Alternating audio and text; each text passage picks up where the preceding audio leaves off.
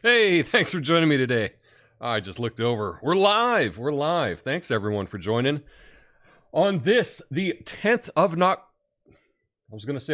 November. Where is the year going? Thanks for joining me today on this Friday. It's a Fact Check Friday, and I've got something really exciting to talk about today. Not only are we going to talk about Newsweek and can they save the news with their I was going to call it a truthometer, but it's their fairness meter. I got a number of other good stories to get to today. In fact, we got a couple good stories at the end as well, so stick around for that. Just a reminder, we're streaming live on YouTube and on Rumble, rumble.com/coffeenuance/live. Bookmark it. And all the cool kids are hitting the like button. So thanks for hitting the like button for me. But yeah, let's get into it. Shall we? Shall we? Let's get into it. Okay, boom. So, did you hear the news about Newsweek? Yeah, they've just unveiled something called Fairness Meter. And doesn't it sound cute? Yeah, it's like a Fitbit for journalism, counting steps toward fairness instead of calories. I love it. You know, journalism's taken a beating lately with, it's like we're in a cage match with misinformation, establishment talking points, fake news, and political bias. But Newsweek, they're throwing their hat in the ring with this fairness meter. It's like they're saying, hey, we're not just delivering the news, we're letting you grade us on it. It's like we're in school again. But instead of grades, it's political leanings. Hey, Mom, hey, Dad, can I get an A+ for spotting left-wing bias today? Can you imagine that? But hey, it's an interesting experiment. Now, Nancy Cooper, the editor-in-chief at Newsweek, says this is about integrity, transparency, and accountability. And I say, bravo, Nancy, bravo. But can it really save journalism? I mean, can a fairness meter be the superhero that swoops in and rescues us from the clutches of biased reporting? It's like trying to put out a forest fire with a water gun. But hey, let's give them credit where credit is due. Newsweek is trying something different. They're like the pioneers of the Wild Wild West, or the Wild West, blazing a trail with their fairness meter. And if it works, who knows, maybe other news outlets will follow suit. Imagine a world where every news story came with a little fairness label. Warning, this article may contain traces of bias. It's like a nutritional label for your news diet. Today's headlines are high in objectivity, low in sensationalism. And I'd buy that. But seriously, journalism's at a crossroads. We're in an era where truth is a pretty rare commodity, and trust even rarer. Maybe, just maybe, this fairness meter is a step in the right direction. It's not a magic wand, but it's a signal that Newsweek is willing to open up the conversation, and that's something worth applauding. So, here's to you, Newsweek, and your fairness meter. May it be the beacon of light in the dark and stormy sea of media bias. My name's Tom Coffee. This is the Coffee Nuance Show, best censored commentary news show live right now. Flame on.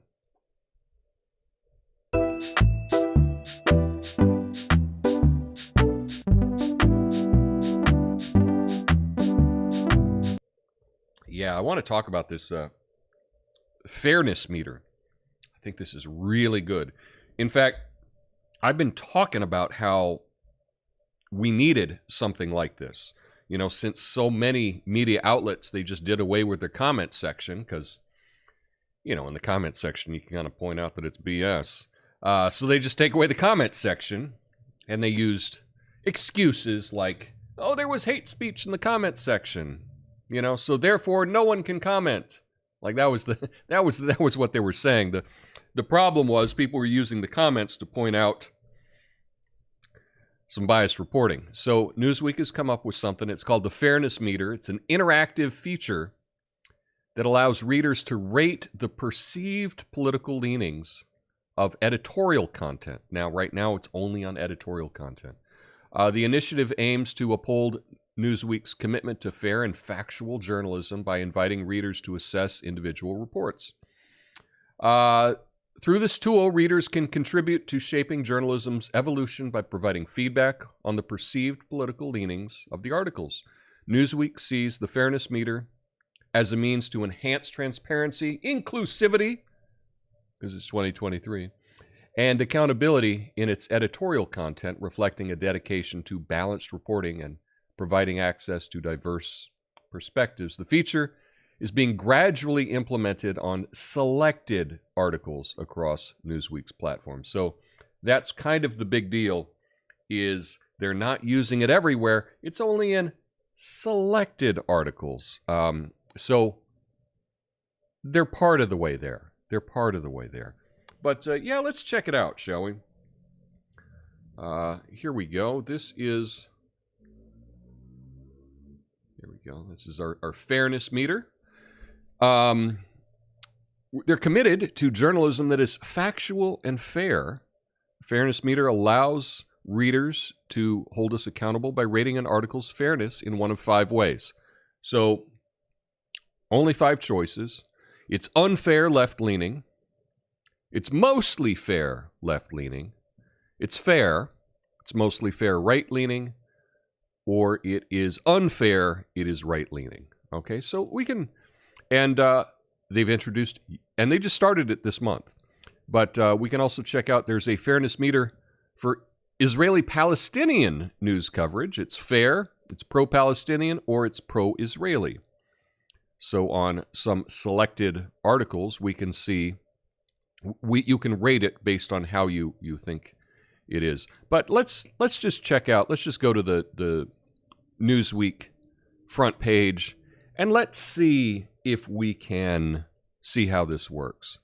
Here's an article, the big one here, Americans don't want to fight for their country anymore. Okay, to me, sounds like an opinion piece. This is their top story, so let's check it out. It's by Alex Phillips here, and let's just scroll down to the bottom and see if we got a fairness meter so we can judge this article. And nope, no fairness meter. Well, that's the problem. They say that they're rolling this out slowly, so it's not on all articles. Why wouldn't it be on all articles? Ron DeSantis's college invites transgender woman to speak an honor. Okay, well, that's an interesting thing about the tiny liberal arts college that DeSantis was at. And we'll scroll down and nope, no fairness meter either there. Oh, you know what, Newsweek, you got me. You got me. I was all excited about this fairness meter. How about Gal Gadot's army service, Hollywood star's role in Israeli military detailed? It's a Fact Check Friday. We need to check out the bias in this story.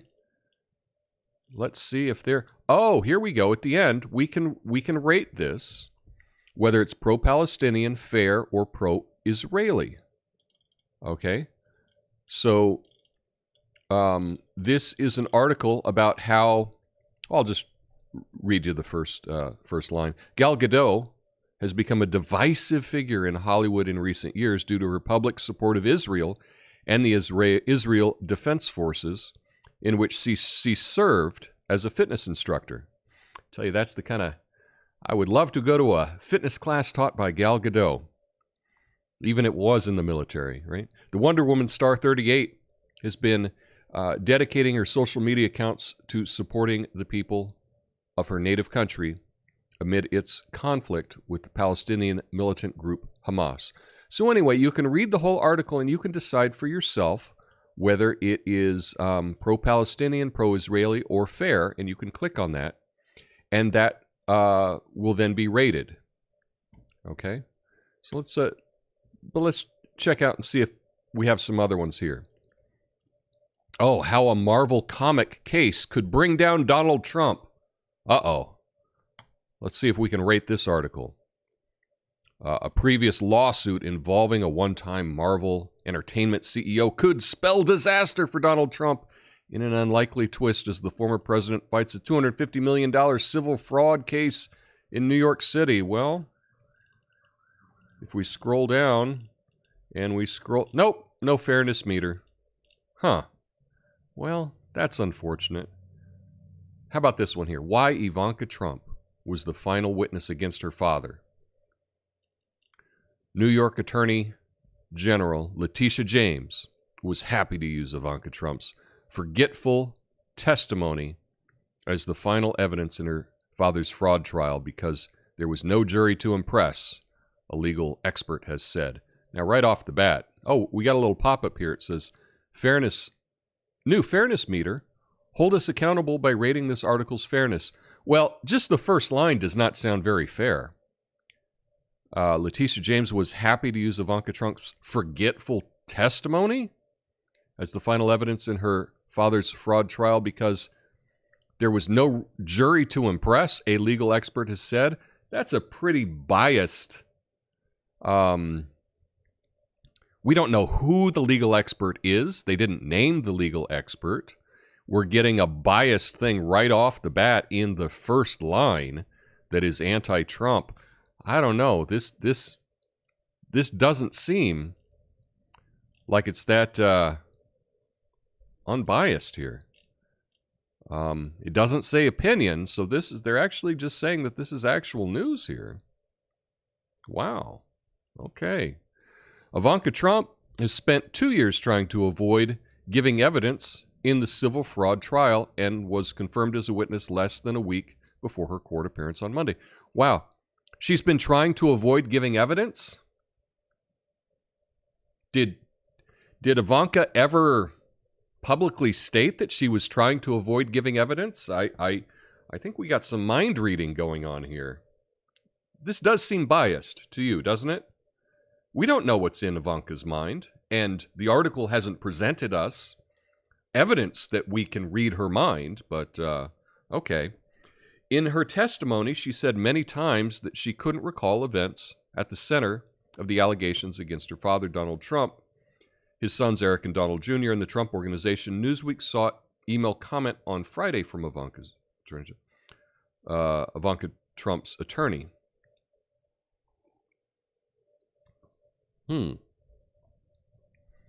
Okay, James is suing them for alleging inflating their assets.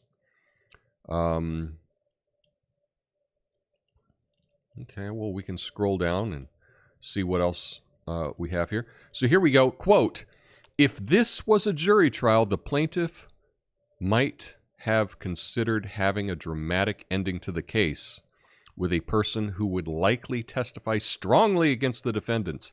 If this was a jury trial, the state might have been disappointed with this kind of final witness, Golden said.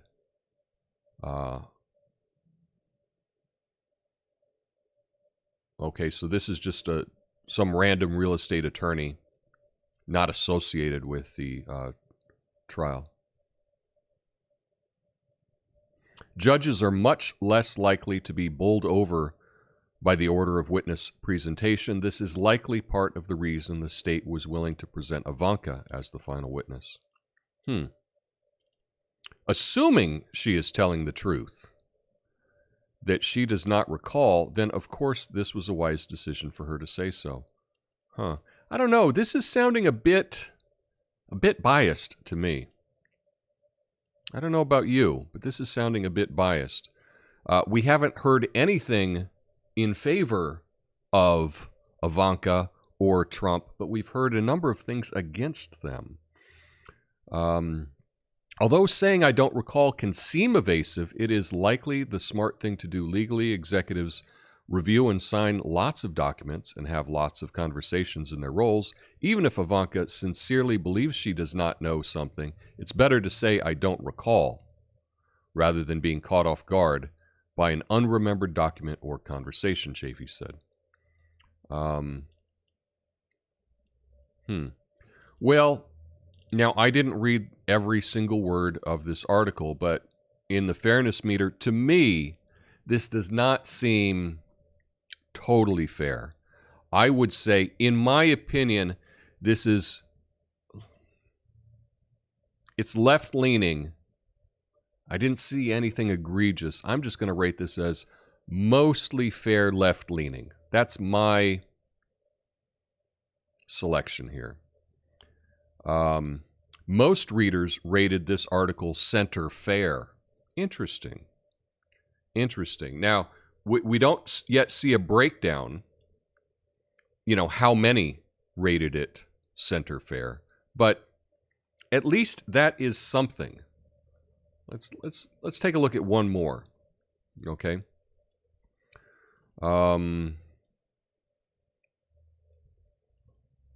James Comer. Actually, I don't know enough about James Comer to even talk about that. Let's go here. Putin responds to backlash over his pardons for murderers and rapists. Yikes. That's scary. And I'll just double check to... Nope. We don't have a fairness meter on this article. Okay. Well, I mean, why would we want to know if there's fair reporting about Putin or Russia, right? How about this? Russia has China's respect for resisting the West from the Kremlin. Nope. No fairness meter. Well, this is obviously the issue that we have, is they're not doing this on all their articles. And it makes me wonder why. Why are they not? Why is it only select articles? Zelensky reveals key condition for ceasefire with Russia. So let's see. This was from yesterday. No fairness meter on anything with Zelensky. Huh. Well, that's interesting. So we can look at the fairness meter on Ivanka Trump, but when it comes to Ukraine, no. Certainly not. Huh. Well, let's see what's trending. We'll click on trending. How about this? How military records of Republican candidates compare. Oh, and we got the fairness meter on this article. So we'll just go down and we can see. Now this is interesting because in this article, it wants us to know whether it's left-leaning, right-leaning, mostly fair, left-leaning, mostly fair, right-leaning, or fair. But here's the problem. This article is on the military service of Republican candidates. So perhaps it would be, maybe it's very fair, maybe it's extra critical of Chris Christie, but maybe it's really pro-Ron DeSantis. I don't know. I'm not making any claims on this. But let's just say the author really wanted to promote Ron DeSantis, and let's say the author really had a problem with Vivek. Oh, screw Vivek. And had some really terrible, misleading things about Vivek in the story. Now, I'm not making that claim. This is just hypothetical. We could only determine whether it was right-leaning, left-leaning. There's no other way to choose. And so in my estimation, this fairness meter doesn't mean much if we're only talking about Republicans. If we're comparing Republicans and the author is pro-Donald Trump and against everyone else, you wouldn't be able to rate it. In that case, we should break it down. This was pro-Donald Trump. This was anti-Donald Trump. This is pro-DeSantis, anti-DeSantis. But when it only gives you the choice of left-leaning or right-leaning, kind of worthless in this case. So now, just for kicks, I'm just going to click that this is fair. I don't know what it is, and I probably shouldn't click fair if I haven't read the article. But let's just see. It won't give us... And see, here's another problem with this. We should be able to see the results without having to click it ourselves. We should just be... There should be a button that just says, show me the bias. And that doesn't exist yet. But perhaps they're working on it. Perhaps there will be a button that we can click to show the bias. But let's just pick fair. And it says most readers rated this article center fair. But I don't know if it's center fair or not. Maybe just everyone clicked on fair because they wanted to see the results. So I think this is a great step in the right direction. Newsweek, I applaud you for starting this fairness meter, because that's the kind of thing that we need for media bias. When it comes to fact checking, right, we need to know what the bias of the article is, as this is Fact Check Friday. Now, what Newsweek has done, introducing this fairness meter, it's a good start. And I don't want to put down anyone that is trying something new and is moving in the right direction. In all things, we need to look at the trend. Is the trend going up? Is the trend going down? Are they looking to become more fair or less fair? More biased, less biased? We've got to look at the trend. And so this is a step in the right direction, in my opinion, toward more accurate reporting. It's a way that journalists can at least find out what their audience thinks. Oh, wow, the audience thinks that I'm not being fair. Let me double check this, perhaps. Or they could just be arrogant journalists that don't care what their audience says. There's that possibility as well. But at least this will be alerting the editors that someone might be putting out something biased. Now, again, we would then have to hope that the editors want things to be unbiased. And from what I've seen, probably most media organizations, their editors are in favor of bias, just based on what we've seen in the media the last couple of years. So tell me, what do you think about this? Is this a good idea, this fairness meter? I do think they can go a lot further. They can get a lot better at this. But I got to tell you, this is a much better way to do this if you're not going to allow comments. It is a way that to hold accountability. And this is good. I do think what Twitter does, what X does with community notes on their platform, to me is superior to this, because you can point out what's wrong, what's not wrong. Give links to prove or disprove what is talked about in the article. But just on a website like Newsweek, I think this is a step in the right direction. Let me know what you think. And I'll be going through all your comments in the after show today. So stick around for that. But next up, we're going to talk about, Marilyn Mosby.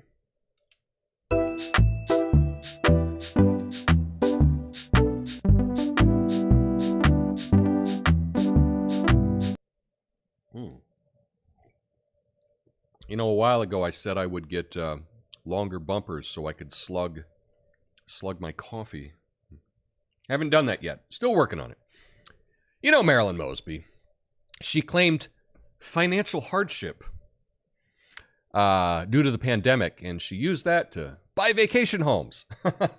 I guess she misread the CARES Act as the Buy a Crib Act, right? Hey, at least she's got a talent for creative writing. Maybe she should consider a career in fiction. They say truth is stranger than fiction, but in her case, fiction might have been a better defense strategy. Here's the story. Former Baltimore State's attorney Marilyn Mosby was found guilty of perjury for falsely claiming pandemic-related financial hardship to illegally obtain federal funds. She used the money for down payments on vacation homes. Plural. Yeah. Wow. Mosby submitted false COVID-19 distribution requests, stating she faced adverse financial consequences while receiving her full salary. Mosby did not testify during this trial. So you may know her. She's been involved in a lot of big cases. She is, of course, a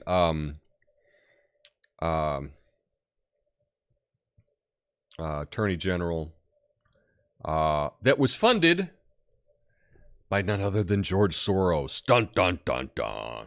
And as a result, you know, she was involved with the Freddie Gray decision.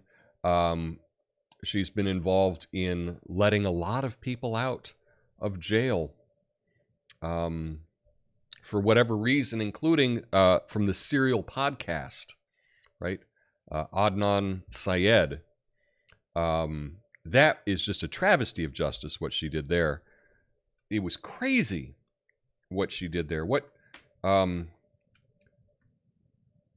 that case, he's been in prison, right? And in that case, what she did is, she was looking for some points, some points. What she did is, as the prosecutor, decided that something wasn't right in the case, and as a prosecutor, not the defense, but the prosecutor, said, we need to reopen this, and we maybe made some mistakes, and as the prosecutors, we want to set him free. And just made up some ridiculous stuff. Absolutely insane stuff to get him out, because she knew this trial was coming up, and I believe, if I'm to read her mind, she was trying to get some community members on her side in case those people ended up on a jury in her case.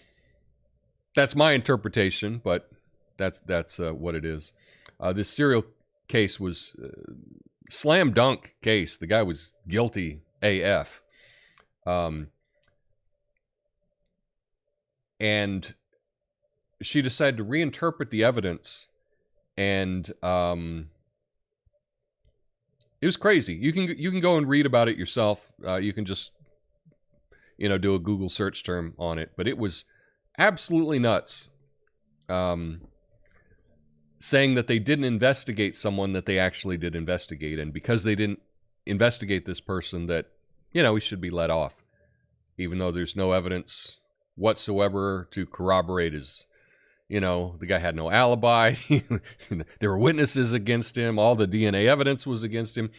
This was one of the funny pieces that she used she said that in this case, the guy had killed his girlfriend, or his ex-girlfriend. Well, in the ex-girlfriend's car, in the back seat on the floor of her car, was a pair of sneakers, and his DNA was not on those sneakers. Okay? And so therefore he didn't do it.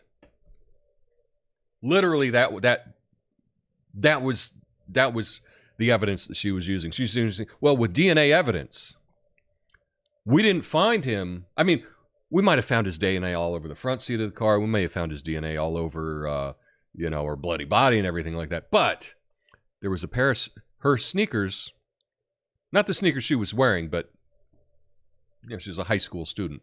She had cheerleading sneakers or something thrown in the back seat on the floor of the car. Those shoes didn't have his DNA on it, so he didn't do it. And I know you're thinking to yourself, there's no way it's that blatant. Yeah, it's that blatant. This is an insane case. This is an insane case. Truly unbelievable. But anyway, she was found guilty of ripping all of us off with the CARES Act. Takes a lot of gumption, right, to not just get one vacation home, but multiple vacation homes with stolen funds. Crazy. But anyway, now we know she's guilty. We'll see what happens to her. Anyway, next up, let's get to the next story. We keep on winning.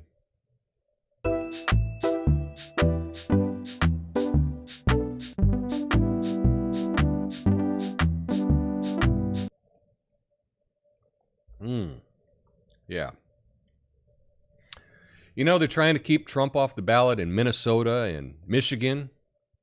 It's like trying to keep glitter off yourself when sticking to you when you're in a strip club. Totally impossible. The Minnesota Supreme Court dismissed a lawsuit aiming to keep Donald Trump off the state's Republican primary ballot. The court, while rejecting the case, left open the possibility for a general election challenge based on the 14th Amendment. In Michigan, arguments have started in 2 lawsuits seeking to bar Trump from primary and general election ballots, citing the 14th Amendment. Trump's lawyers argue there's no evidence of support unlawful activities, while Trump filed a separate lawsuit contesting his name's exclusion. The U.S. Supreme Court may ultimately decide the outcome of these legal challenges. So right off the bat, the initial case was thrown out. This is an interesting strategy that the Democrats are doing. They're trying so hard to defeat Trump that they're coming up with all kinds of nonsense, seeing if anything will work. I don't know. I got an idea for you. Run a better candidate. Run a candidate that people want to vote for more than Trump, and then Trump's not president. That's not hard to do. Okay? like that's it. You don't have to make up all this stuff. If you believe that Trump was actually led an insurrection, then I don't know. I got some oceanfront property in Oklahoma to sell you, right? But they just keep trying, and these legal efforts keep failing. But what happens with this? And the idea, and you're like, Tom, why would they keep filing these things that they know are not going to work? Well, it's because it helps with a narrative, and the narrative is like, oh man, he's been charged this many times. He's charged in this state, in this state, in this state, in this state. Surely one of those has to be true. No, not necessarily, right? You can be charged in anything. You could charge me in 50 states of something, but if I didn't do it, right, it doesn't matter how many places I've been charged. But it is persuasive to dummies. And that's why they're doing it. You know, they can say, well, you know, I don't know. I mean, he's been charged in all these different cases, so I don't know. There's got to be something there. That's what some people think. And if you're one of those people, wake up. Wake up. You're being manipulated. This is frivolous and stupid. But, yeah. Again, like I say, the solution, Democrats, run somebody better. That's it. Not hard.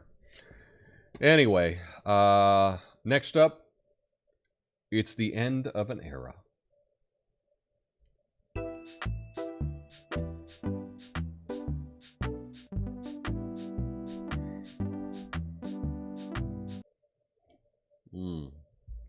You know, Omegle. Shutting down, it's like closing Central Park because of crime. Next thing you know, they'll be shutting down the entire internet because it contains evil. I guess if you can't handle meeting random people online, you definitely can't handle the comment section of most YouTube videos. Let's face it, folks. The real crime here is depriving us the joy of avoiding awkward conversations with strangers in our pajamas. Now, if you're not familiar, let me tell you about this. Omegle, I don't even know how to say it. It's an anonymous video chat service founded in 2009. It's been shut down due to increased scrutiny and financial and psychological unsustainability, according to its founder, Leif Brooks. The platform allowed users to video chat with random strangers. It gained popularity and enduring as an internet institution over the years. Now, despite moments captured in Omegle chats becoming memes and jokes, the site faced controversy, including reports of discrimination and other abuse. Kay Brooks, who launched Omegle when he was 18 years old, expressed exhaustion in the ongoing battle against misuse and made a passionate case for preserving virtual spaces like Omegle. The closure is immediate, and he encouraged users to donate to the Electronic Frontier Foundation, the EFF. And I agree, the EFF is a fantastic cause. They are an organization that work toward digital rights online. So what this service was, is it was a random thing, and you would be on your webcam, and you would be on half the screen, and on the other half, it would just be a random person, and you would, at the exact same time, see each other. And it was for a short amount of time. It was a set amount of time. Now, I don't know if it was a minute or 30 seconds or whatever, because I never did it, because it didn't really appeal to me. But I did like seeing memes of it that went viral. One of the ones that I've seen, and I don't know if if it was a set time or you could just click next. So you're there, and you could have a random chat with some random person on the internet, and you could. I think you could just click it. I never used it, so I don't know. But click and then go to the next one. One of the ones, there was a guy who was like a guitar player or something like that, and he would sit there and take requests from people. There were lots of memes. I saw one recently that kind of hit, where a guy would mix in. He would have some music. I think it was called rizzing or something like that. And he would mix in clips of himself, like different camera angles of doing like a slow turn, kind of like a soap opera, looking sexy. And he would turn like this and then turn like this and have to make it look like he was going to different cameras and doing it. But the whole thing was just kind of silly and fun and random. A lot of times it would be teenagers just hanging out just to see who they could see. And there were other times where these memes were really good because there would be a celebrity or something like that would be on it. And so, you click and then randomly, oh my God, is it Ed Sheeran? Like what's going on? So it's too bad that it's going away. It wasn't really my thing, but I did like I'd like the memes that came about for it. And it's always sad when something that people really like goes away. I understand that probably some people were using it for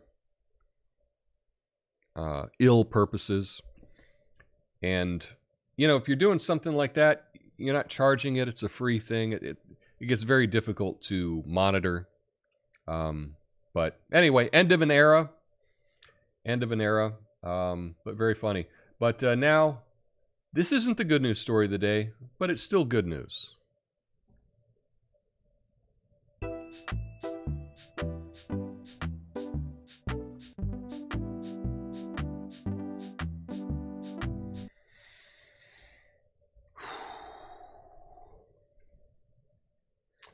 Well, folks, did you hear about Tracy Chapman making history at the Country Music Awards? Yeah, apparently Fast Car took a pit stop, ended up in the country lane.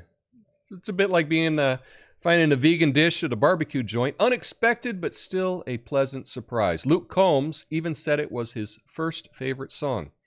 I guess he missed out on Wheels of the Bus, right? During his preschool years. Either way, congrats to Tracy for turning Fast Car into a slow country roll. Here's the story. Tracy Chapman made history at the Country Music Awards by becoming the first Black songwriter to win Song of the Year for her 1988 folk anthem, Fast Car. Though Chapman did not attend the ceremony, her song gained renewed attention when Luke Combs covered it, reaching number 2 on the Billboard Hot 100 chart and winning Single of the Year at the CMAs. Chapman, in a written statement, expressed gratitude for the recognition after 35 years and thanked the CMAs and Luke Combs. Combs, in his acceptance speech, praised Chapman for writing one of the best songs of all time. Chapman, known for hits like Give Me One Reason, has been nominated for 13 Grammys and has won 4. So this is kind of cool. What was kind of fun was that Luke Combs didn't record this on an album. He just loved the song and he was playing it live. Recorded one of the live versions in concert, and it kind of went viral. Became a big hit. It's interesting how times have changed. So about 3 months ago, there was a bit of a controversy caused by, awful journalists at the Washington Post. This one, Gen Z woman, journalist, whatever, came out and said, oh, this is terrible that Luke Combs has a big hit on the country charts with this song, but Tracy Chapman, who's a black lesbian, queer, would never get that kind of recognition. And it's like, she won a bunch of Grammys for it, and even including that song, and she won Grammy for Best New Artist. I mean, I know you probably weren't alive in 1988, but it was recognized by everyone. And in preparing for this, today I learned Tracy Chapman was a lesbian. Didn't know. Never cared, and I don't think it ever mattered. I don't think it would have mattered in 1988. I don't think it matters today. It only seems to matter to a certain segment of the population that is really obsessed with identity. I mean, clearly Tracy Chapman isn't obsessed with identity. I never heard Tracy Chapman ever say, well, as a black artist, as a lesbian artist, as a queer person of color. I never heard her say that one time. And I know that this may sound ridiculous for someone that's really young. I remember listening to this. I had this album, and one particular day, I remember I was living in Austria, and I was going with someone, and we were actually shoveling coal. And on the way back in Tyrol, right? In Tyrol. It's funny, I'm saying it with a Spanish accent, though. In Southwest Austria, and we were shoveling coal. And on the way back through the mountains, we were listening to Tracy Chapman's cassette tape, just on repeat, singing along, having a blast. And I was aware that she was black. I was aware that she was a woman. I never even considered it. And when people talked about things back then, we didn't say, "Oh, you got to listen to this black woman sing." That wasn't a thing. You're just like, "Oh, you got to listen to Tracy Chapman. She's great." I kind of think it was better then. I mean, I could see she was a woman. I could see she was black. But we didn't it wasn't the end-all be-all. This Tracy Chapman was a pretty awesome singer-songwriter. She made great music. But, leave it for the for some on the left of Gen Z to just kind of obsess about these kinds of things is a bit ridiculous. But anyway, I watched the Luke Combs accept the award. Immediately, he said, I really got, thank you, Tracy Chapman, for writing one of the best songs of all time. And I love this song. I do. And if you haven't heard it in a long time, just listen to it. I listened to both versions before going live today. And man, it's a great song. And there's something about it, even in the chorus of the song. Now I'm drawing a blank. But it's, I got a feeling I can be someone, and there's something just so powerful about that. The story is about a young couple that's broke. One of them's working at a convenience store. They're doing things, to try to get by, but someday they're going to make it, even though no matter how bad things are, I believe that I can be someone, And it's really powerful and haunting. And even thinking about it, I'm almost tearing up. Just a beautiful song. And I'm glad that it became a big country song. And so many more people get to enjoy it. So I think that's pretty awesome.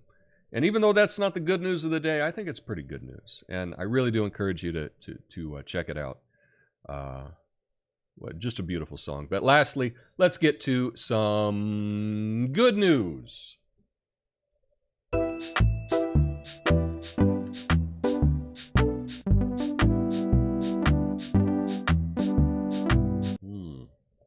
Yeah. Hey, did you hear about National Park Service offering free admission to all U.S. national parks on Veterans Day? Yeah, it's like the government saying, come for the breathtaking scenery, stay for the occasional bear encounter, our way of thanking you for your service.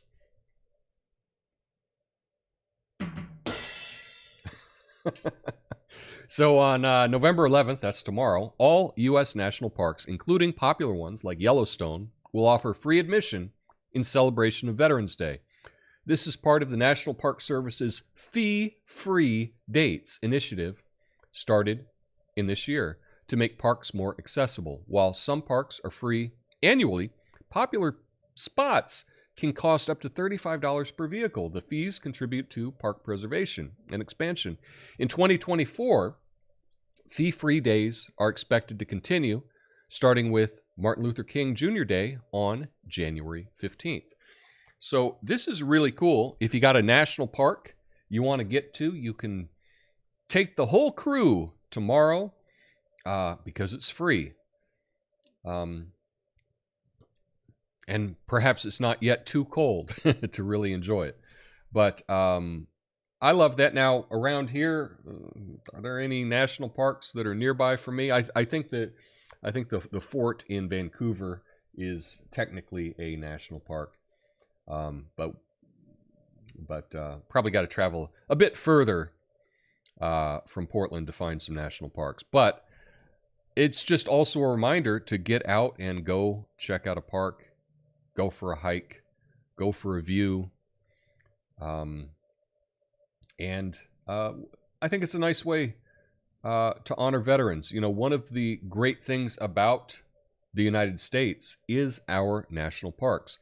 And to, you know, if you think back, this was one of the things that's like, let's preserve these areas. Let's make them national parks so 100 years from now, people will be able to enjoy them. And I think that's really awesome. I'm glad that they did that. I'm glad that the entire country is not just like filled up with land development. We got some cool national parks.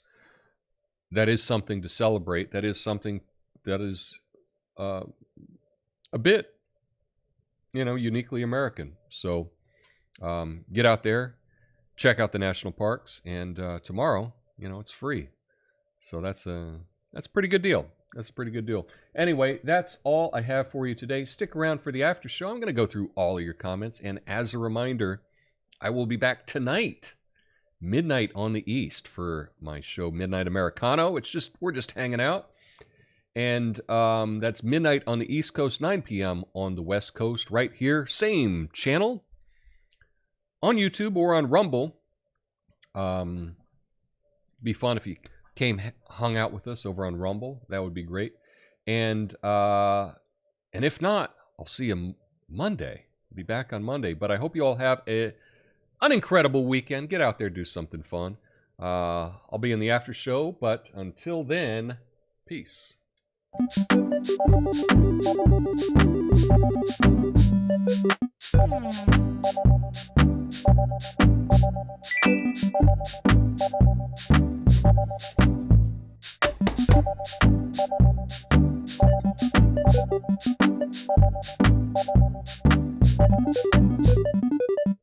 Thanks for sticking around, everybody. Good to see everyone here today.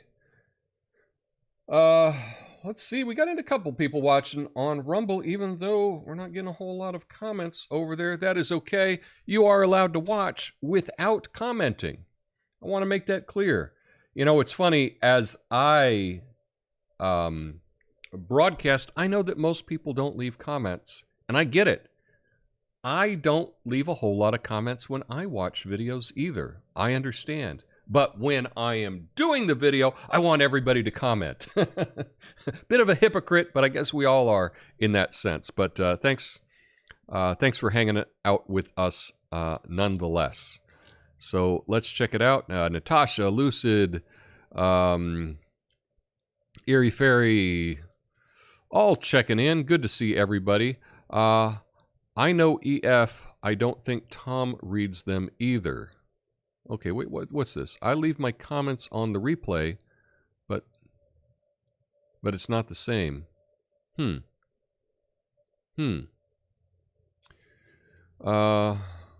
don't think I read? What don't I read? What don't I read? I try to read the comments. I do. No slant there about Ivanka. We need a level of bias meter. Yeah, very true. Or pro-military service, anti-military service. I don't know. I think this is a good first step in the fairness meter. I think it's a good first step. Obviously, you want to start something, and when you start something, it doesn't have to be perfect, right? So as long as you just keep trying to make improvements, I'm cool with that. It would be even better if you could leave a comment on why you chose the ratings you chose. I agree. I think that there should be comment sections, and I think it is very Weasley for these media companies to delete the comment section. They do this all under the guise of like, oh, there could be hate speech or something in the comment section. We've seen how YouTube works, right? They have an algorithm. They have bots. They don't allow you to say certain words. They delete things. There is a way to monitor the comment section. And perhaps, an easy solution for these companies is maybe you could only leave a comment the day that the story comes out. Okay? Perhaps. If you wanted to make that easier. That way you wouldn't have to monitor, 10 years worth of stories. Right? You only have to monitor them on the day they come out. There's lots of alternatives that they could do. I think it's a total excuse that they have taken away the comment section on so many websites. However, I'm not going to be too critical on Newsweek because they're trying this, and I want to encourage other sources to do this as well. Hopefully it'll get better. Hopefully they will use the fairness meter on all the stories. But yeah, it's a good thing. Let's see. I have no idea about the Serial podcast. Please elaborate. The original series Serial podcast, there may have been 2 or 3 seasons of it. But the first one was probably the biggest podcast ever. And in it, Sarah Koenig, a journalist, I guess, or whatever, she went through this case of a guy named Adnan Syed and the murder of Hae-Min Lee, his girlfriend, or ex-girlfriend. And she was brutally killed and buried in a shallow grave. Overwhelming evidence about that this guy did it. Overwhelming. And the podcast went through different points of view. I think intentionally it was edited in a way so that you weren't sure how things were. And this is a bit of the documentary effect, right? If you are choosing how to present a story, you can choose to present it in a way, the way you want. Okay? So, in my opinion, this is my opinion and I'm mind reading, I believe that Sarah Koenig knows that Adnan committed that murder. I believe that she has audio tape talking to Adnan Syed, and he might have slipped up or something like that. That's all my belief. I don't have evidence of that. And I believe that she constructed it to make it ambiguous, that maybe he didn't do it. But this is one of those cases that, if you make a documentary, you can present it however you want to present it, and people will take away the message that you present. Because you don't have to be unbiased if you have a podcast. You don't have to be unbiased if you have a documentary. Okay? Documentaries are very persuasive because you can present one side really well and the other side really poorly, and then get people, and if that's the only source that people have, they're going to agree with you, probably. So, yeah. Freestyle rapper got popular on Omegle. Harry Mack. He's so freaking good. I don't know Harry Mack, but yeah, there's a lot of that. A lot of that.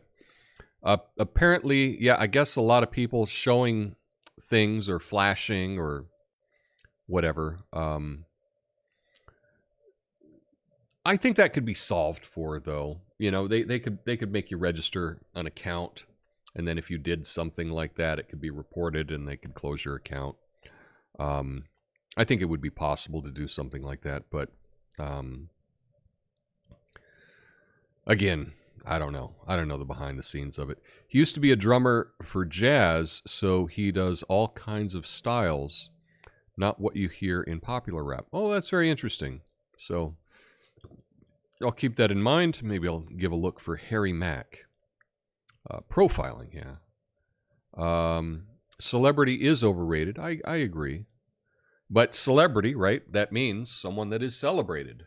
Right? A celebrity is someone that is celebrated. That's what the word means. Fast Car, that song is old as hell. I guess country isn't diverse enough? No. I don't know. In my opinion, country seems diverse to me. I know that there's a number of black artists when I listen to country radio. And immediately, this just shows how I've been infected with this thing that diversity means black. No, but it's funny that that's how I think of it, because that's how often the media uses that word, right? If something's not diverse, it means that it's not black. It's like a code word or something like that. And I've fallen into it, I guess.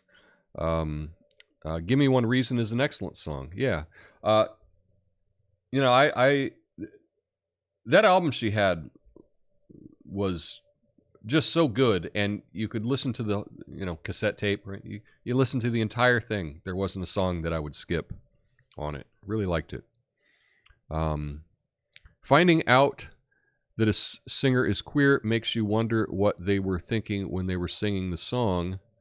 Not to me, it doesn't. Not to me, it doesn't. I don't care. I don't even really think about it like that. I always put it in the perspective of me. I think, what one group that I absolutely love were the Pet Shop Boys, and I loved them much longer than they were popular here in the U.S. They kind of got canceled in the U.S. Like their third album, they kind of got canceled, and they didn't play them anymore on MTV. But they continue to this day putting out new stuff. They're very big in Latin America, very big in Europe, and turns out they're gay. Not one time when I'm singing along with the Pet Shop Boys songs does that even enter my mind. Just doesn't. But we're all different, right? I mean, maybe you think that, but I don't think I've thought that one time. But then when I hear other people singing, like, I listen to John Denver or something, and I know that he's singing about when he wrote a song about his ex-wife or whatever. I'm not picturing her, even though I know that he wrote it about her. I don't even think that. Like, it doesn't even pop into my head at all. I don't know. That's how I think. But, we all operate in different ways. So, yeah. Being someone is overrated. I support the Unknown Faction. Okay. It's a party after dark. You'd be silly to miss it. Thank you for the support there. No,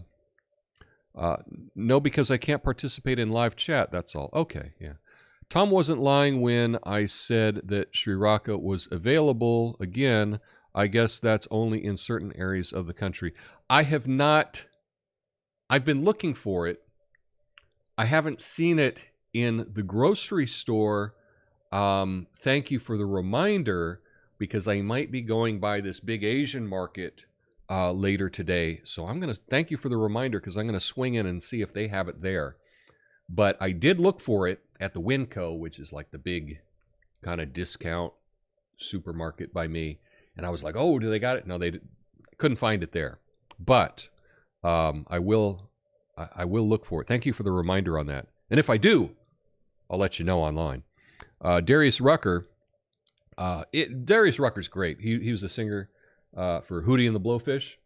And just so you know, Hootie and the Blowfish doing a tour next year all over the country. They're doing big shows, lots of shows outside, festival stuff. Stuff everyone can love, I guess. Erie Ferry says, I keep falling asleep before 9 p.m. Well, that happens. I listened to the first season of Serial, biased to say the least, in my opinion. Yeah, it was very, very biased. So the Serial podcast is about a murder case, not a serial murder case. Aha, yes. One murder does not make a serial killer. Yes, it was called Serial because it had many episodes, right? So it was a serial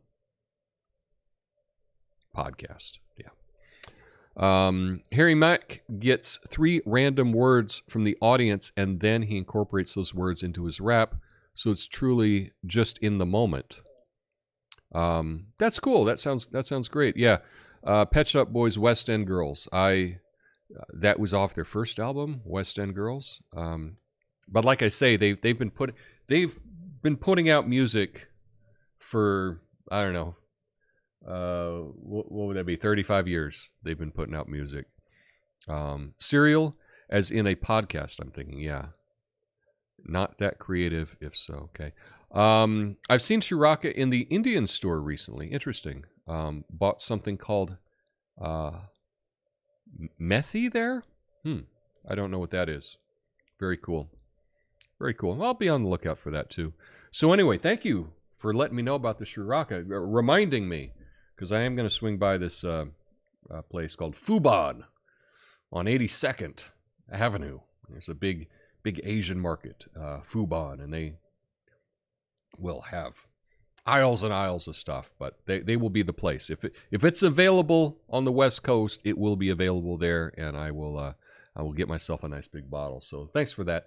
Anyway, that's all I have for you today. I hope you all have a beautiful afternoon and evening. Perhaps I'll see you tonight in the late show, Midnight Americano, 12 a.m. on the East Coast, 9 p.m. on the West Coast. And if not, have a glorious weekend. Maybe get out there and do a hike or two. Who knows? But anyway, until then, peace.